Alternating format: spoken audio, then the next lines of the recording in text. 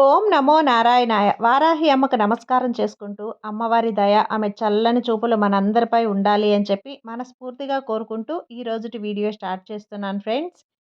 ఇక ఈరోజు వీడియోలో మనం చూడబోయేది ఏంటి అంటే, అమ్మవారి వాగ్దానం. అమ్మవారి వాగ్దానంగా ఈరోజు అమ్మ మాటలుగా ఏం వింటున్నాము అంటే, బిడ్డా, ఒక గొప్ప వార్త నువ్వు ఈరోజు వినబోతున్నావమ్మా. ఇన్ని రోజుల నీ నిరీక్షణ ఇక ఇప్పుడు ఫలించింది. ఈ అమ్మను నమ్మి ఇప్పుడే ఇది విను అని చెప్పి అమ్మ అయితే మన కోసం ఆ వాగ్దానాన్ని తీసుకొచ్చిందండి. వాగ్దానం వినే ముందుగా మన ఛానల్ని గనక కొత్తగా ఎవరైనా సరే మన ఛానల్లో వీడియో గనక చూస్తూ ఉన్నట్లయితే ప్లీజ్ సబ్స్క్రైబ్ చేసుకోండి ఫ్రెండ్స్. వీడియో నచ్చితే కనుక లైక్ చేయండి, షేర్ చేయండి, కామెంట్ చేయండి, కొంచెం సపోర్ట్ చేయండి. ఇక వీడియోలోకి వెళ్ళబోయే ముందుగా ఒక్కసారి మనకు బాగా తెలిసినటువంటి గురువుగారు శ్రీ షిరిడి సాయి ఆశీస్సులతో జ్యోతిష్యం చెప్తున్నారు. వశీకరణ స్పెషలిస్ట్ గురూజీ సుబ్రహ్మణ్యం రాజు గారు. Contact number 7075662225. ఈ గురువు గారు చెప్పింది చెప్పినట్లుగా జరిగింది. భార్యాభర్తల మధ్య ఎలాంటి గొడవలున్నా, విదేశీ ప్రయాణం ఆలస్యం అవుతున్నా, ప్రేమ, పెళ్లి, సంతానం లేకపోవటం, కోర్టు సమస్యలు, గృహము మరియు కుటుంబ సమస్యలు, ధనం నిలకడ లేకపోవటం, నమ్మిన వ్యక్తి మోసం చేయటం, స్త్రీలకు పురుషులకు సంబంధించిన గుప్త సమస్యలు ఎటువంటివైనా సరే రోజుల్లో పరిష్కారం చేయబడును. మీరు ఎంతోమంది దగ్గర జ్యోతిష్యం మరియు పరిష్కారాలు చేయించుకొని నిరాశ చెంది ఉన్నట్లయితే ఒక్కసారి ఆదికొండ దేవతలైన కోయరాజు గారికి ఒక్కసారి కాల్ చేయండి. కోయ గురూజీ గారు, కొండదేవత పూజారి సుబ్రహ్మణ్యం రాజు గారు. Contact number 7075662225. మా జీవితంలో కూడా ఎన్నో మార్పులు జరిగాయండి, కాబట్టి నమ్మకంగా చెప్తున్నాను. ఒక్కసారి కాల్ చేసి మాట్లాడండి. ఇక వీడియోలోకి వచ్చేస్తే, చూడు బిడ్డ, ఇన్ని రోజులుగా నువ్వు ఎంతో బాధపడ్డావు కదా, కన్నీరును కూడా కార్చుకున్నావు, ఎవరికీ చెప్పుకోలేని బాధలు ఎన్నో అనుభవించావు, నీలో నువ్వే కృంగి చాలా చాలా కుమిలిపోయావు. మరి నువ్వు కన్నీరు మున్నీరుగా ఏడ్చావు కదా, ఏం చేయాలో తెలియక సతమతమయ్యావు. ఎన్నో సంవత్సరాల నుంచి కూడా నువ్వు ఎదురు చూస్తున్నటువంటి నీ కోరిక ఇక తీరబోతుందమ్మా. ఇన్ని రోజుల నీ నిరీక్షణ ఫలించబోతుంది. నీ వారాహి అమ్మ మాటలు నువ్వు అస్సలు కొట్టిపారేయద్దు. జాగ్రత్తగా విన్నావంటే నీకు చాలా అంటే చాలా గొప్ప శుభవార్తలు అనేటివి నువ్వు వింటావు. నువ్వు ఎదురు చూసే కోరికలన్నీ కూడా నీకు నెరవేరుతాయి. ఒక చక్కని వార్తను తీసుకొని మరి నీ ముందుకు నేను రాబోతున్నాను. ఇక నువ్వు నాకు ధన్యవాదాలు చెప్పడానికి సిద్ధంగా ఉండు బిడ్డా. అసలు ఏంటమ్మా నువ్వు నాకు చెప్పేది ఏంటి, మీరు చెప్తున్నది ఏంటి, ఏం అర్థం కావటం లేదు తల్లి.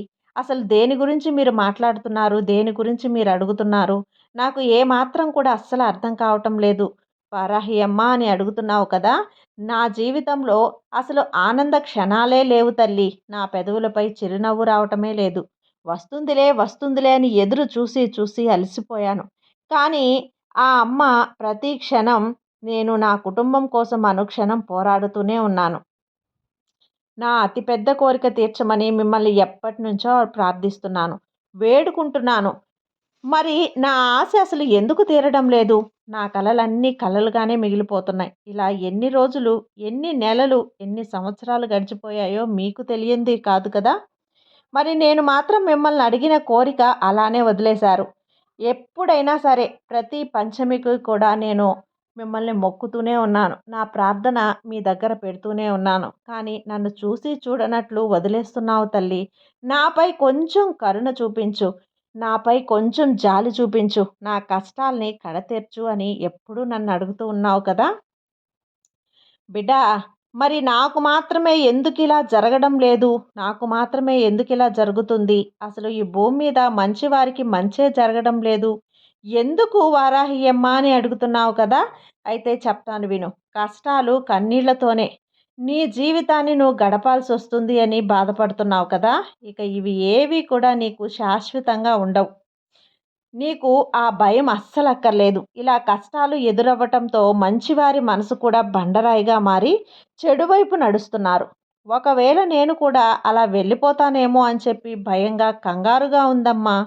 మరి దీనికి మీ సమాధానం ఏంటి? ఎందుకు మౌనంగా ఉన్నారు? అసలు నేను ఈ లోకంలో ఎవరిని నమ్మాలో, ఎవరిని నమ్మకూడదో కూడా అస్సలు తెలియటం లేదు. ఏంటి ఏంటి తల్లి నాకు ఈ జీవితం? అసలు ఎందుకు నన్ను పుట్టించావు? నేను పుట్టడం వల్ల ఏం ప్రయోజనం? అని ఆశగా, దీనంగా కన్నీరు పెట్టుకుంటూ నన్ను నన్ను అడుగుతున్నావు కదా! చూడమ్మా, ఈ ప్రపంచంలో మంచివారు ఎలా అయితే జీవిస్తున్నారో, అలానే చెడ్డవారు కూడా జీవిస్తూ ఉన్నారు. నీ మంచి మనసుతో అందరికీ మంచే చేస్తావు. అదే నీకు, నీ కుటుంబానికి శ్రీరామ రక్ష తల్లి. ఒక్క విషయం నువ్వు జాగ్రత్తగా గుర్తుపెట్టుకో. మంచి వారికి ఇలాంటి కష్టాలు ఎందుకమ్మా అని చెప్పి నువ్వు నన్ను అడుగుతూ ఉన్నావు కదా! అయితే నిజమే. నేను కూడా ఒప్పుకుంటాను. ఎందుకంటే తల్లి, ఈ లోకంలో మంచివారనే ఆ భగవంతుడు అణువణువున పరీక్షిస్తూ ఉంటాడు. మంచివారికే కష్టాలు ఏంటి అని నువ్వు అనుకున్నప్పుడల్లా ఏదో ఒక సమాధానం నీకు చెప్పడానికి వస్తూ ఉంటాను. కానీ నువ్వు ఆ సమయంలో వినేంతలా ఉండవు తల్లి. నా మాటలు వినిపించుకోవు కూడా.